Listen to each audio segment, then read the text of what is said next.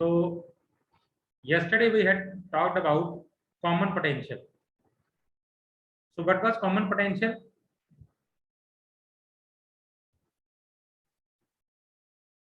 कल हमने डिस्कस किया था कॉमन पोटेंशियल के बारे में।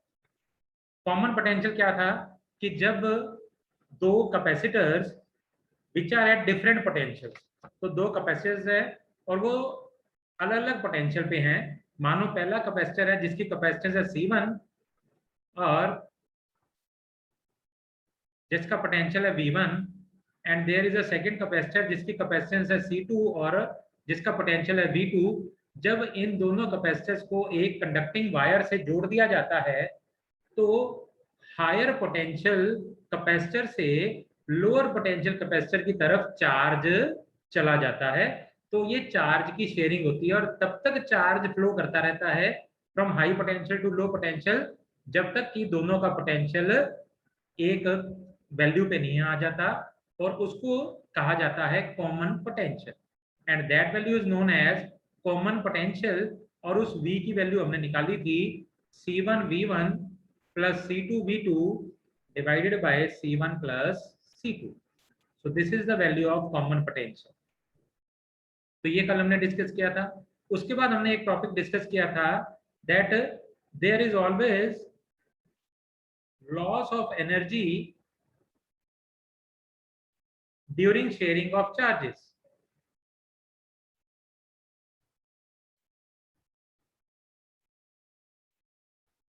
मतलब जब भी दो कैपेसिटर्स को जो कि अलग अलग पोटेंशियल पर हैं दोनों को कंडक्टिंग वायर से जोड़ा जाएगा तो दोनों चार्ज शेयर करेंगे। हाई पोटेंशियल वाले कैपेसिटर से चार्ज जो है वो लो पोटेंशियल वाले कैपेसिटर की तरफ जाएगा, तो इसका मतलब दोनों चार्ज को शेयर करेंगे। लेकिन हमेशा जब भी ये चार्ज की शेयरिंग होगी तो एनर्जी का हमेशा लॉस होगा। तो एनर्जी बेटा हीट की फॉर्म में लॉस होती है। तो ये प्रूव करने के लिए कि एनर्जी हमेशा ही लॉस होगी जब चार्जेस की शेयरिंग होगी, तो हमने क्या किया था, हमने इनिशियल एनर्जी U1 निकाली। तो हमने U1 इनिशियल एनर्जी निकाली थी, टोटल इनिशियल एनर्जी। तो टोटल का मतलब कि पहले कैपेसिटर के पास कितनी एनर्जी है, तो हमने कैपेसिटर की एनर्जी का एक फॉर्मूला निकाल रखा है और वो था हाफ CV²।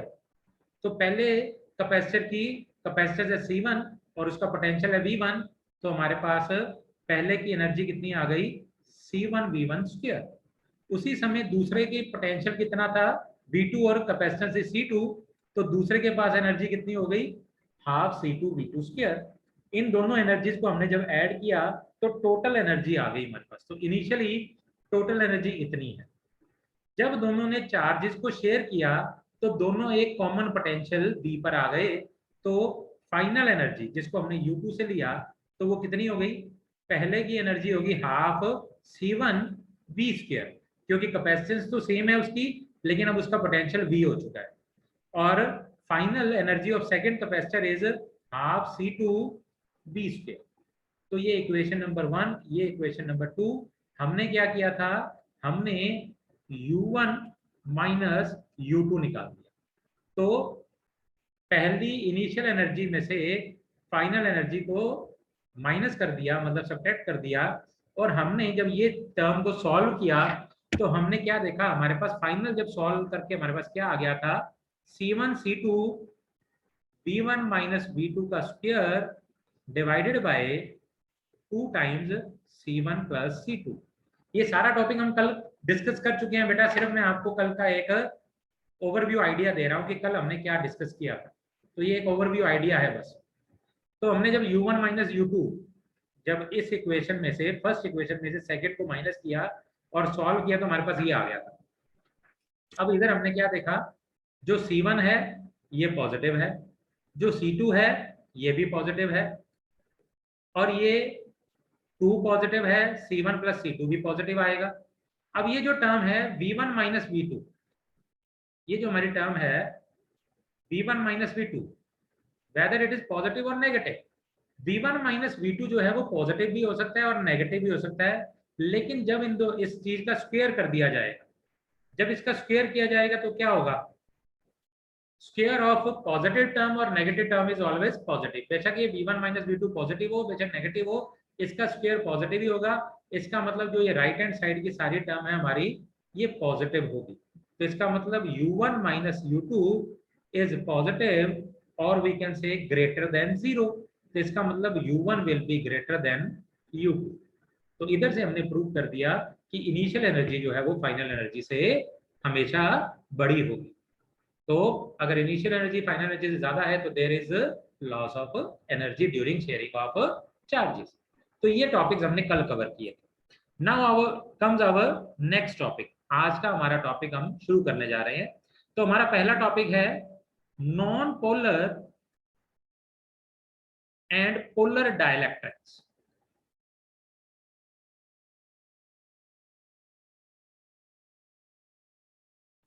तो अगर आपको याद होगा तो फर्स्ट चैप्टर में हमने डाइलेक्ट्रिक मटेरियल के बारे में डिस्कशन की थी।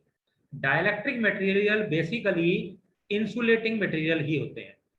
दे आर बेसिकली इंसुलेटर्स। ये इंसुलेटर की कैटेगरी में ही आते हैं। तो एक डाइलेक्ट्रिक मटेरियल एक तरह से इंसुलेटिंग मटेरियल ही होता है और वो इलेक्ट्रिक इफेक्ट को ट्रांसमिट करता है विदाउट कंडक्टिंग इट। तो dielectrics are insulating materials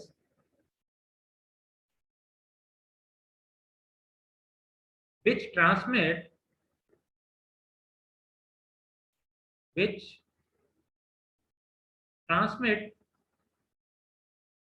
electric effect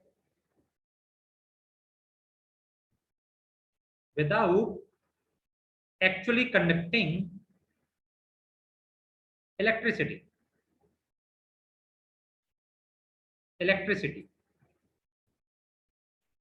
electricity basically क्या होता है बेटा? Flow of charge. तो चार्ज अगर अंदर से फ्लो करवाएगा कोई मटेरियल तो वो कंडक्टर होता है। तो हमने उधर ये पढ़ा था कि जब भी एक डाइलेक्ट्रिक मटेरियल को एक्सटर्नल इलेक्ट्रिक फील्ड में रख दिया जाता है, तो मानो इधर पॉजिटिव है इधर नेगेटिव चार्ज है, ये डाइलेक्ट्रिक मटेरियल यहाँ पे रख दिया गया, तो इस डाइलेक्ट्रिक मटेरियल के इस सरफेस पे नेगेटिव चार्ज और इधर पॉजिटिव चार्ज इंड्यूस हो जाएगा। तो इनके सरफेस पे या फेस पे चार्ज आ जाता है। तो ये एक इलेक्ट्रिक इफेक्ट को ट्रांसमिट करते हैं लेकिन अपने अंदर से चार्ज को कंडक्ट नहीं करते। और जो ये डाइलेक्ट्रिक मटेरियल होते हैं ये दो कैटेगरीज में हम कैटेगराइज कर सकते हैं, इनको बांट सकते हैं। एक है नॉन पोलर डाइलेक्ट्रिक और एक है पोलर डाइलेक्ट्रिक। तो नॉन पोलर डाइलेक्ट्रिक कौन से डाइलेक्ट्रिक होते हैं? Non polar dielectrics. तो इन डाइलेक्ट्रिक्स में जो पॉजिटिव चार्ज का सेंटर होता है और जो नेगेटिव चार्ज का सेंटर होता है वो मॉलिक्यूल में कोइंसाइड करता है, मतलब सेम जगह पे होता है। तो हमें पता है कि यूनिवर्स में मैटर है और मैटर किससे मिलकर बना है बेटा? मॉलिक्यूल से। तो हर जो हमारे पास सब्सटेंस है दे हैव देयर मॉलिक्यूल्स। जैसे वाटर है तो वाटर का मॉलिक्यूल क्या है? H2O। जैसे ऑक्सीजन है, ऑक्सीजन का मॉलिक्यूल क्या है? O2। हाइड्रोजन है, हाइड्रोजन का मॉलिक्यूल क्या है? H2। तो नॉन पोलर डाइलेक्ट्रिक्स वो डाइलेक्ट्रिक्स हैं जहां पर सेंटर ऑफ पॉजिटिव चार्ज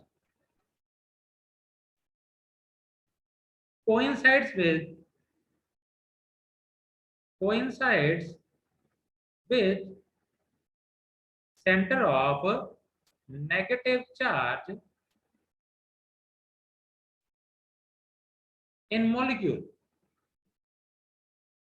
तो हमने ये चीज हमें पता है कि मैटर जो है वो मॉलिक्यूल से मिलकर बना है और मॉलिक्यूल्स एटम से मिलकर बने हैं और एटम्स के अंदर क्या है?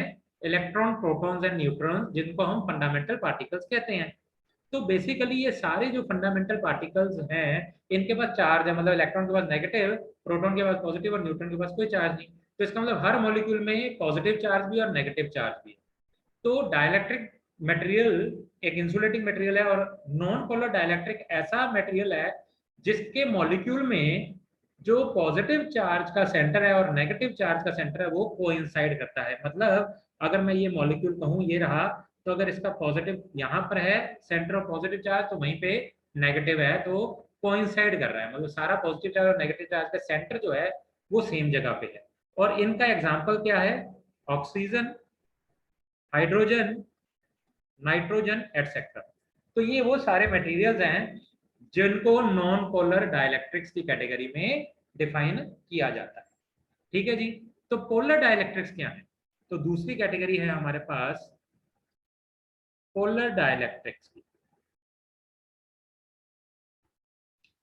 पोलर डाइलेक्ट्रिक वो मटेरियल है जिनके अंदर centre of positive charge do not coincide with the centre of negative charge. तो in this center of positive charge does not coincides with the center of negative charge.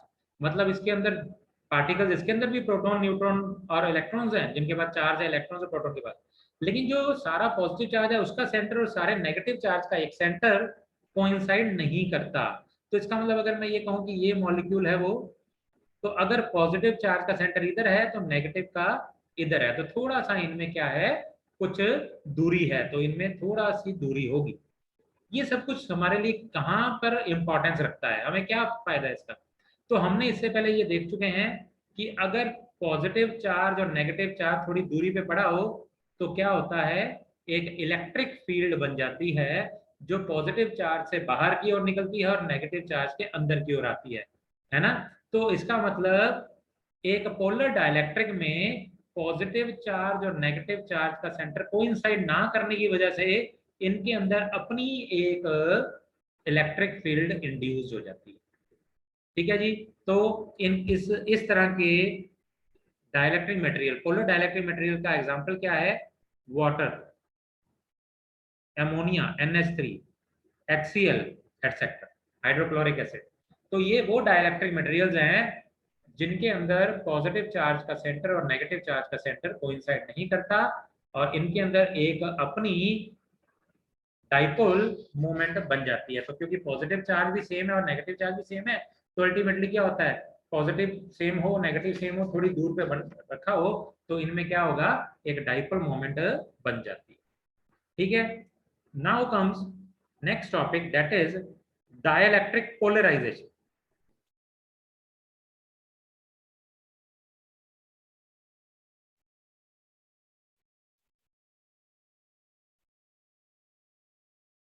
Dielectric polarization, तो dielectric polarization एक process है जिस जिसके द्वारा by which we will convert a non-polar dielectric into a polar dielectric। तो एक non polar dielectric को एक पोलर डाइलेक्ट्रिक में कन्वर्ट करने की प्रोसेस को डाइलेक्ट्रिक पोलराइजेशन कहा जाता है। So the process of converting a non-polar dielectric into a polar dielectric is known as dielectric polarization।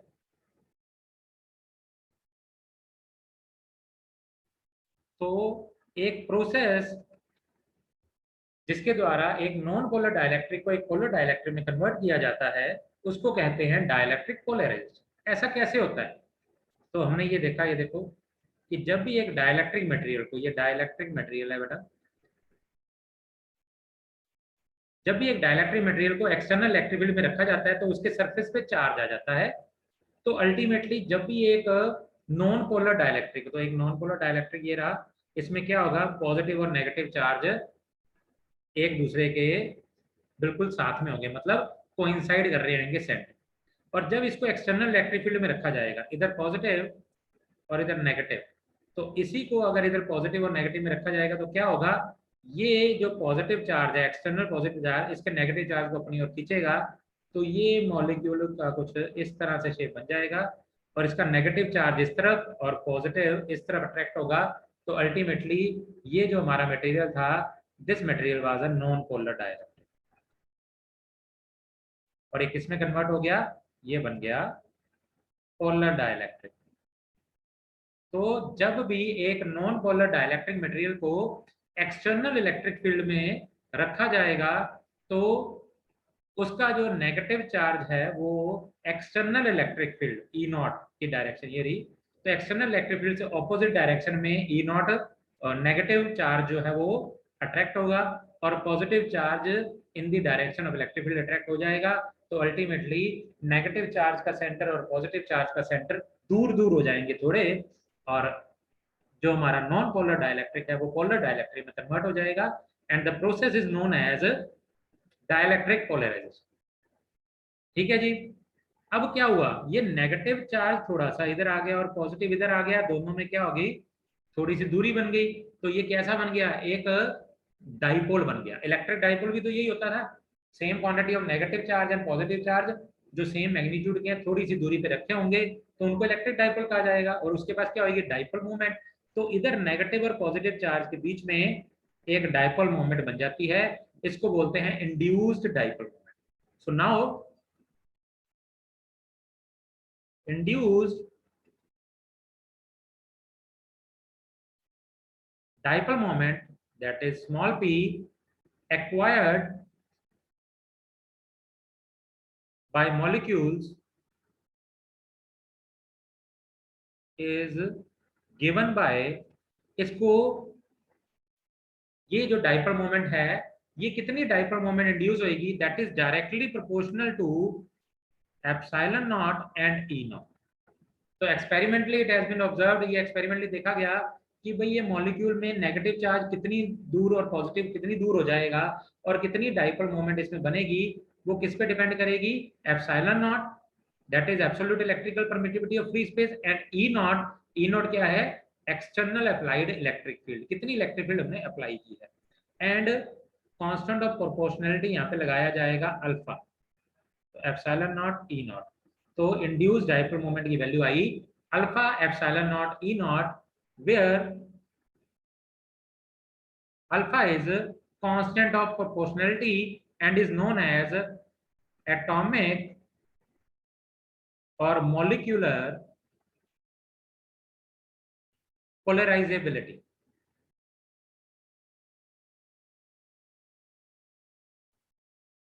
तो ये कांस्टेंट ऑफ प्रोपोर्शनैलिटी जो अल्फा है इसको कहा जाता है एटॉमिक और molecular polarisability.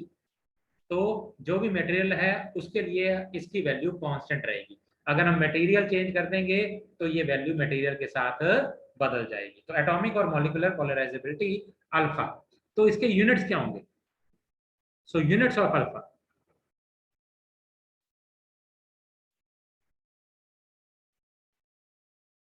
So units of alpha. तो अल्फा के अगर यूनिट्स निकालने हैं तो अल्फा अगर इस तरफ रख लिया जाए तो पी और एप्सिलॉन और ई नॉट नीचे आ जाएगा, तो इसका मतलब units of dipole moment divided by units of epsilon not into units of E naught. तो इनको मल्टीप्लाई कर दे। पी का क्या होता है, डाइपोल मोमेंट की वैल्यू होती थी बेटा magnitude of charge into the length of the dipole that is coulomb metre, divided by units of epsilon naught होती है coulomb square per newton per metre square, और ई नॉट की unit होती है, ई नॉट क्या होती है, electric field is force experience by a unit positive charge, मतलब फोर्स पर यूनिट चार्ज, इसका मतलब न्यूटन पर कूलम। तो जब देखा गया तो units of alpha comes out to be equal to metre cube, तो इसके यूनिट्स आए मीटर क्यूब। तो अल्फा के यूनिट है metre cube, same as that of the volume. तो ये है हमारे पास डाइलेक्ट्रिक पोलराइजेशन, और उसके बाद हमने क्या किया, dielectric polarization and then the induced dipole moment. तो कितनी इंड्यूस्ड डाइपोल मोमेंट होती है उसकी वैल्यू निकाल दी, P is equal to alpha epsilon naught E naught. Now comes dipole moment density. तो हमारा अगला टॉपिक है डाइपोल मोमेंट डेंसिटी। तो ये सारे टॉपिक सब इंटर रिलेटेड है। अब हमने क्या किया, हमने एक डाइलेक्ट्रिक मटेरियल को एक्सटर्नल इलेक्ट्रिक फील्ड में रख दिया है और हम उसके इफेक्ट पड़ रहे हैं। तो जब हमने रखा तो उसके अंदर क्या हुआ, एक इंड्यूस्ड डाइपोल मोमेंट बनी और इंड्यूस्ड डाइपोल मोमेंट की वैल्यू हमने देख ली कि ये आ गई हमारे पास। ये देखो, अब डाइपोल मोमेंट डेंसिटी क्या होती है? अगर मानो कि सारे जो एटम्स हैं पोलराइजेशन के दौरान यूनिफॉर्मली पोलराइज हो गए in the direction of E naught, तो हमने क्या किया, हम इधर एक बार और बना देता हूं मैं एक डायग्राम। ये हमारा पॉजिटिव और ये नेगेटिव, इसके अंदर हमने एक हमारा मटेरियल, ये अब इसके अंदर क्या है, इसके अंदर मॉलिक्यूल्स थे क्योंकि सारा मटेरियल मॉलिक्यूल से मिलकर बना है। तो मॉलिक्यूल्स क्या हुए, हर एक मॉलिक्यूल, हमने जब मैंने ये कहा था, ये देखिए इससे पहले हम कहते थे, ये देखिए कि इधर नेगेटिव चार्ज आ जाता है इस स्पेस पे और ये पॉजिटिव चार्ज, इधर कहा था ना, इधर नेगेटिव चार्ज आ गया, इधर पॉजिटिव, ये सारा नेगेटिव चार्ज इधर आ जाता है, इधर आ जाता है पॉजिटिव चार्ज। लेकिन एक्चुअल में इसके अंदर हो क्या रहा है, हो ये रहा है कि ये पूरा मटेरियल मॉलिक्यूल से मिलकर बना है। तो मॉलिक्यूल्स क्या होते हैं, ये मॉलिक्यूल्स इस तरह से प्लेस हो जाते हैं, ये ऐसे, ये मॉलिक्यूल इस तरह से प्लेस हो जाते हैं, इस तरह से।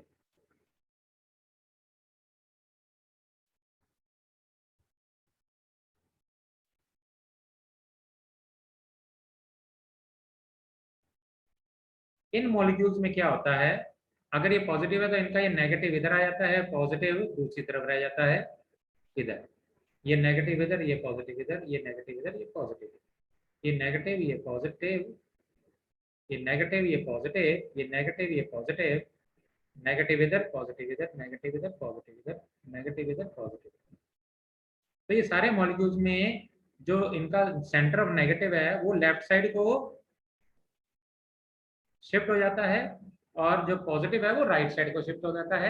ऐसा होने में क्या होता है, इस मॉलिक्यूल का ये देखो, ये जो ये एक मॉलिक्यूल का पॉजिटिव अपने नेगेटिव के बजाय दूसरे के नेगेटिव के पास आ जाता है, तो ये एक दूसरे को क्या करते हैं, न्यूट्रलाइज कर देते हैं। ये देखो, ये नेगेटिव इस पॉजिटिव को न्यूट्रलाइज कर देता है, ये नेगेटिव इस पॉजिटिव को, तो इस तरह से ये एक दूसरे को इधर से न्यूट्रलाइज कर देते हैं। और अल्टीमेटली होता क्या है कि हमारा जो लेफ्ट साइड का नेगेटिव चार्ज है वो फ्री हो जाता है, मतलब वो नेट इफेक्टिव चार्ज हमारे उस फेस पे आ जाता है। तो अल्टीमेटली ये काम हो जाता है। और जो ये हमारा ये वाला जो फेस है इसके ऊपर ये जो नेगेटिव चार्ज हैं ये इंड्यूस हो जाते हैं, और इधर जो ये है ये वाले ये पॉजिटिव है, दिस दिस इज पॉजिटिव, ये सारे पॉजिटिव चार्ज हैं और ये सारे पॉजिटिव चार्ज इस फेस पे इंड्यूस हो जाते हैं। तो अल्टीमेटली हमारे पास क्या होता है, हमारा ये वाले फेस पे हमारे पॉजिटिव चार्ज आ जाता है बेटा, और दूसरे वाले फेस पे नेगेटिव चार्ज आ जाता है। तो ये अंदर हो रहा है, ठीक है। तो आप ये मानो कि हर मॉलिक्यूल यूनिफॉर्मली हमारे पास पोलराइज हो गया, और जो हमारा ये नेगेटिव और पॉजिटिव के बीच की दूरी है हर एक में मान लो x है, तो हर एक पे चार्ज है q, तो डाइपोल मोमेंट ऑफ ईच, तो dipole moment of each atom, मानो हर एटम पे q चार्ज है और ये जो दूरी है नेगेटिव और पॉजिटिव में कितनी दूरी है x, तो कितनी डाइपोल मोमेंट बन गई, P is equal to q into x. हर एटम में q चार्ज है और एटम का नेगेटिव और पॉजिटिव चार्जेस का सेंटर जो है वो x दूरी में हो गया, तो इनमें कितनी हो गया, P is equal to q into x. Now if there are n number of capital N number of atoms per unit volume, मानो एक यूनिट वॉल्यूम में capital N number of atoms हैं, तो then dipole moment per unit volume, ये किसकी थी, ये dipole moment थी एक एटम, क्योंकि एक एटम के पास क्यू चार्ज है और एक्स पॉजिटिव और नेगेटिव सेंटर की दूरी है, तो ये एक एटम की थी। और मानो एक unit volume of the material में n एटम्स है, तो कितनी डाइपोल मोमेंट बन जाएगी, तो पर यूनिट वॉल्यूम कितनी बन जाएगी, इसको कहा जाएगा टोटल डाइपोल मोमेंट डेंसिटी।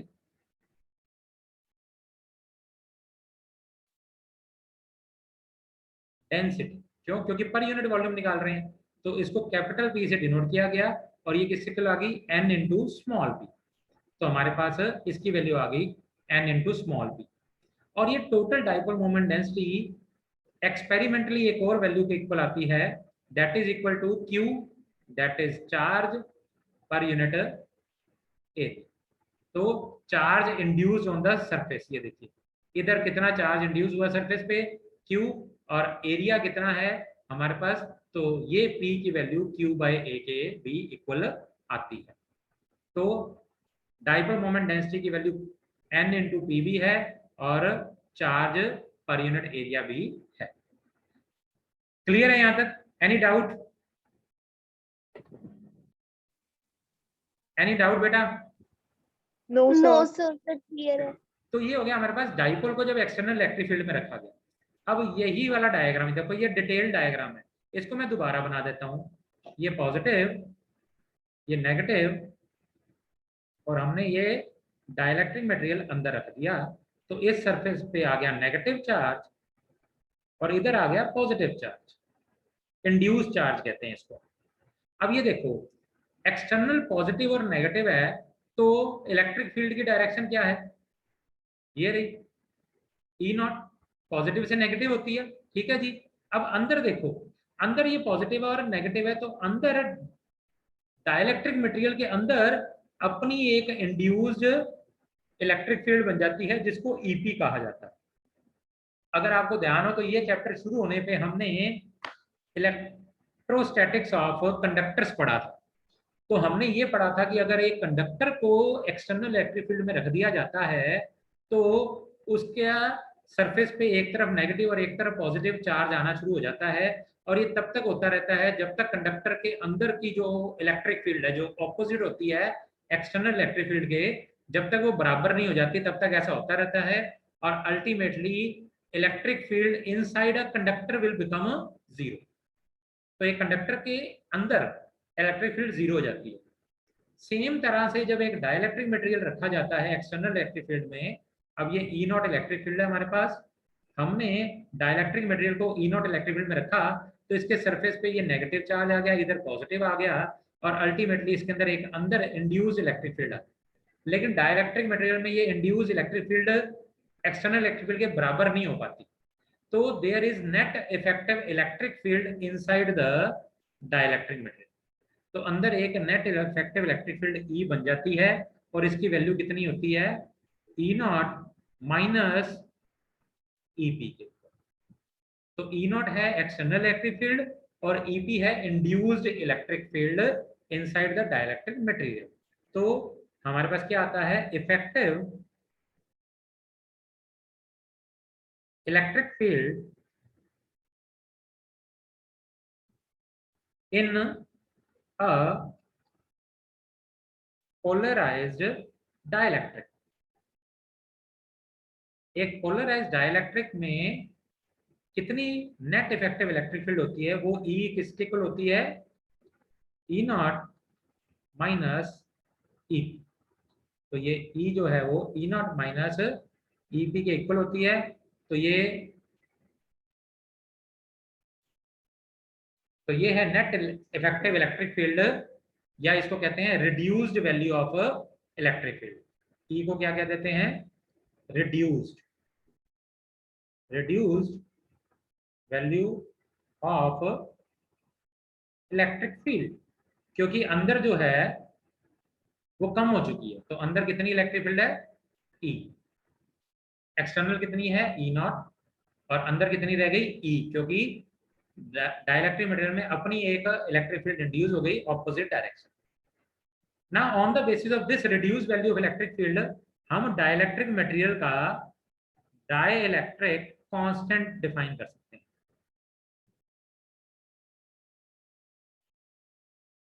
तो डाइलेक्ट्रिक कांस्टेंट हमने इससे पहले दो तरह से डिफाइन किया है।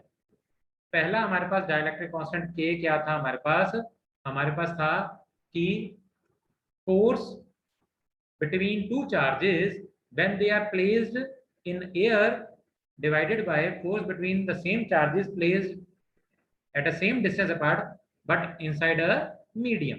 तो इधर से हमारे पास क्या आ गया था, epsilon m by epsilon naught, इसको एप्सिलॉन r भी कह दिया गया था। तो ये था हमारा डाइलेक्ट्रिक का पहली डेफिनेशन।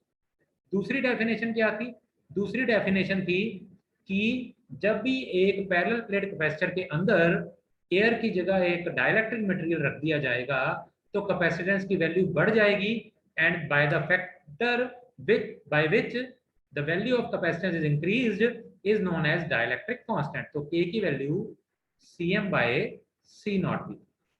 तो ये दो हमने डेफिनेशंस डिफाइन की हुई हैं हमारे डाइलेक्ट्रिक कांस्टेंट। अब तीसरी डेफिनेशन आ जाती है हमारी डाइलेक्ट्रिक कांस्टेंट की। So dielectric constant, the ratio of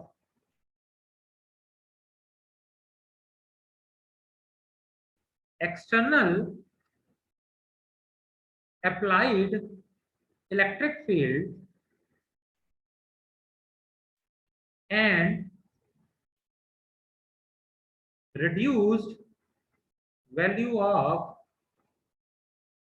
electric field is known as dielectric constant.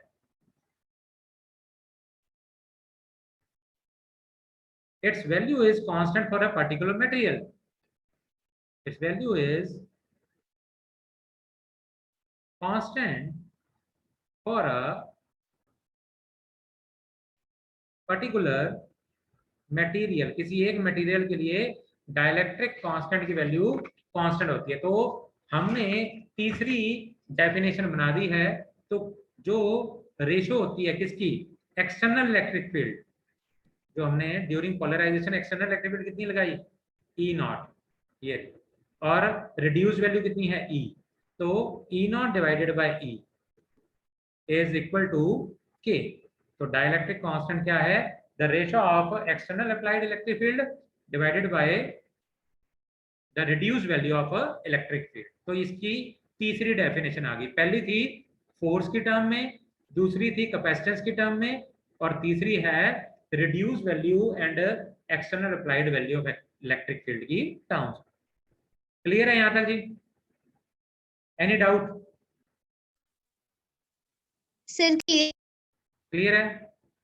Enough? Yes sir. आज के लिए बहुत है, क्योंकि हमारे पास 2 टॉपिक रह गए हैं, तो हम ये कल करेंगे, क्योंकि आज एक टॉपिक हो सकता है लेकिन कल एक रह जाएगा।